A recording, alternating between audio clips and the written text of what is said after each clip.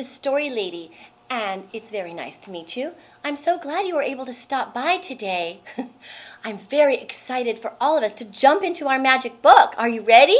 Hey, Story Lady! Well, hello there, Bunny. What have you got today? I got myself my very own fully functional magic wand. Oh, that's awesome, Bunny. The thing's just chock full of magic, and I am fully qualified to use it now. Well, that's really great because guess what?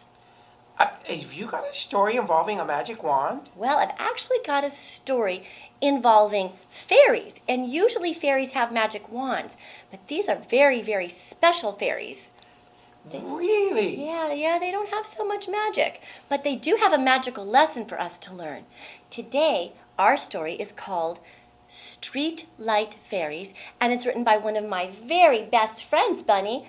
Her name is Donna Raimondi. Are you ready to jump into the magic book? Yeah, and I learned a very important lesson about magic today, too. Really? What did you learn? Be very careful where you point your magic wand. Mm-hmm. So, if you see a cat who looks suspiciously like the postman, just don't tell him where I am, okay?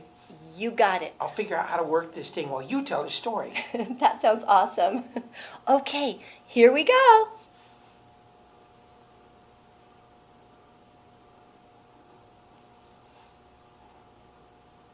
Fiona the Street Light Fairy fluttered inside her streetlight apartment. She expected the other streetlight fairies any minute for their weekly board game and pizza night. Yes, Fiona was a fairy who lived in a streetlight, yet she and the other streetlight fairies possessed no magical powers.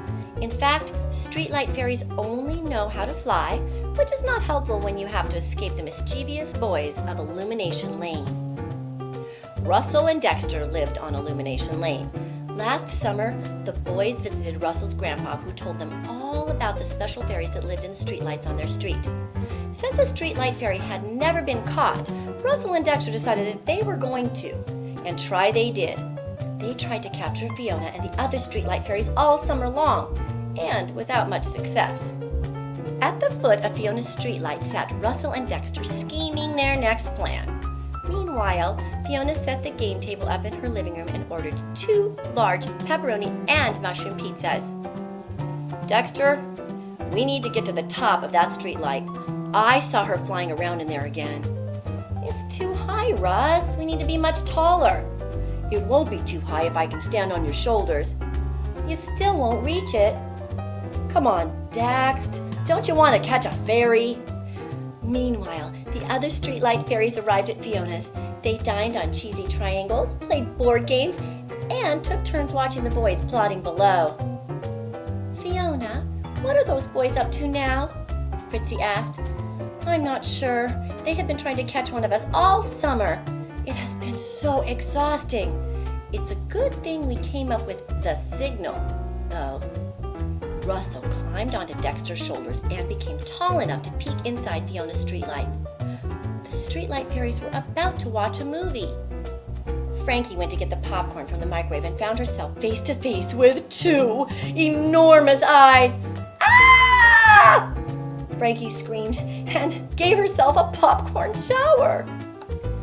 I see her! I see the fairy! You do? Let me see. Dexter's legs suddenly buckled and the boys tumbled to the ground. The next afternoon, Fiona surfed the net while she baked chocolate chip muffins.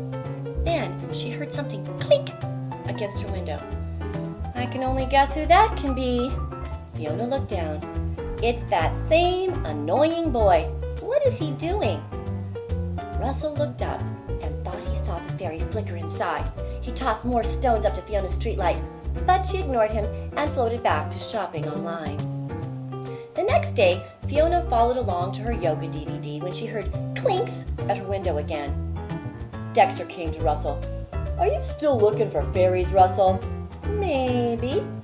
Look, Russ, if you want the fairy to hear you, you need to use a bigger rock. Dexter grabbed a big rock and aimed right for Fiona's streetlight. Crash! The rock shattered Fiona's streetlight. She and all of her fairy furniture tumbled down and Fiona hit the ground. Look! Dexter plucked Fiona up. I did it! I caught a fairy and you didn't! Wow, look at her! She looks kind of like a bug. I am not a bug! Get your hand off my wings, you brute! Fiona smacked Dexter's hand with her wand. Ouch! Dexter dropped Fiona. Fiona dusted herself off and straightened out her wings. You ruined my apartment. You boys have really done it. You're in big trouble now. Ruined? Just fix it with your magic wand, Dexter demanded. Don't make her angry. You just ruined her streetlight. Russell felt horrible. I can't do magic, Fiona blurted out as she sadly lowered her head. Why do you have a wand then? Russell asked softly. It guides me like a compass when I fly. Streetlight fairies don't fly on wings alone, you know. Dexter was surprised. You can't do magic? You mean I wasted my whole summer trying to catch an ordinary bug? What a joke. Leave her alone, Russell replied. You can have her. She's nothing special. I have 3 caterpillars in a shoebox under my bed more exciting than her. Russell gently held his palm out to Fiona. She frowned at him and flew away. That night, Fiona roomed with Fritzy. Thanks for letting me stay with you until my apartment gets fixed, Fritzy. You're welcome. It's a shame those boys are so curious about us. We're not that special. So I've been told. That same night on the other side of the street, Russell searched for Fiona. He wanted to apologize for how Dexter spoke to her. Up a streetlight he climbed, higher and higher until he peeked into Frankie's window. To his delight, he saw a miniature apartment and Frankie playing her flute.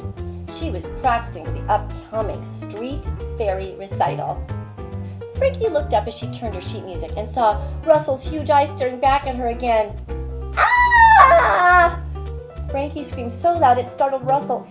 He lost his grip and fell to the ground. Frankie immediately phoned Fritzy. I saw him. Saw who? The boy. He was staring in my window with bulging eyes. Oh, it was horrible, Fritzy. Simply horrible.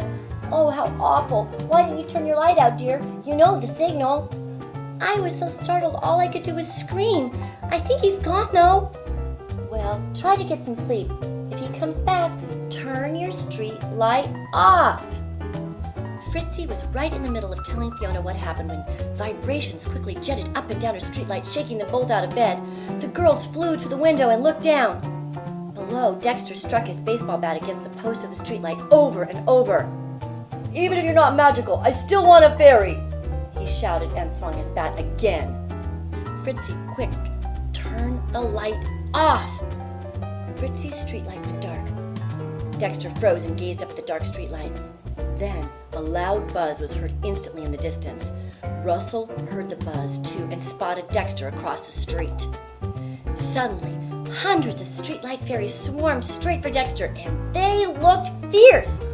Whoa! Dexter tried to run away as fast as he could, but the streetlight fairies were too quick. They soon landed on him, smashing him with their wands. Take that, swat, and that, smack! Leave us alone, you rotten boy! Dexter begged the fairies to stop. I'm sorry, fairies, I'm sorry. Help, help! Russell ran over to him.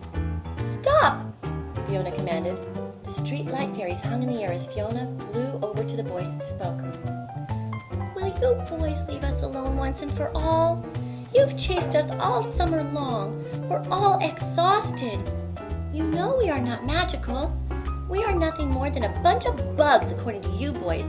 So why won't you simply leave us alone? I didn't mean to call you a bug. I'm sorry I hurt your feelings, Miss Fairy, Dexter said. The name is Fiona. Russell then spoke. Fiona, we did want to catch one of you, but only because my grandpa told us how special all of you were. I'm sorry we scared you. And made you tired, Dexter replied. Russell had an idea. Actually, we could make sure you were always safe. Fiona glowed.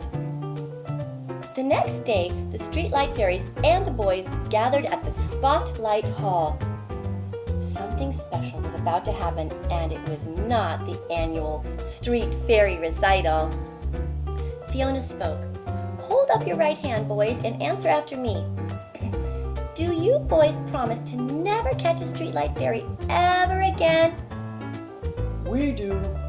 Do you promise to never tell your friends about the streetlight fairies that live on Illumination Lane? We do. Mostly, do you promise to help the streetlight fairies when we are in need and to always be on alert when the signal happens? We do. Well, then, as first fairy of the streetlight fairies of Illumination Lane, I hereby knight you, Sheriff Russell and Deputy Dexter. Fiona fastened a pin of golden wings to each boy's shirt. So remember, the next time you are out at night and a streetlight suddenly goes dark in front of you, run. The streetlight fairies are coming. Wow, what a great story! Yeah! You know, I've always believed in fairies. Yeah, me too. I just had a slight run-in with one. Yeah? She wanted me to give the wand back. Oh, and I hope you gave her the wand back. Oh, yeah, I Good. won't be doing that again. Well, you know, magical wands really do belong to fairies. But the magic inside of books, why, that belongs to you.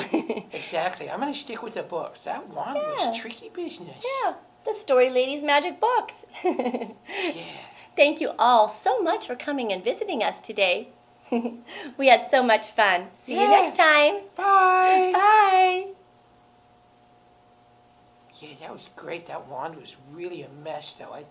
There may be questions asked. I should probably I'll keep- hide. Somebody knocks on the door asking about what you did with that wand, Bunny.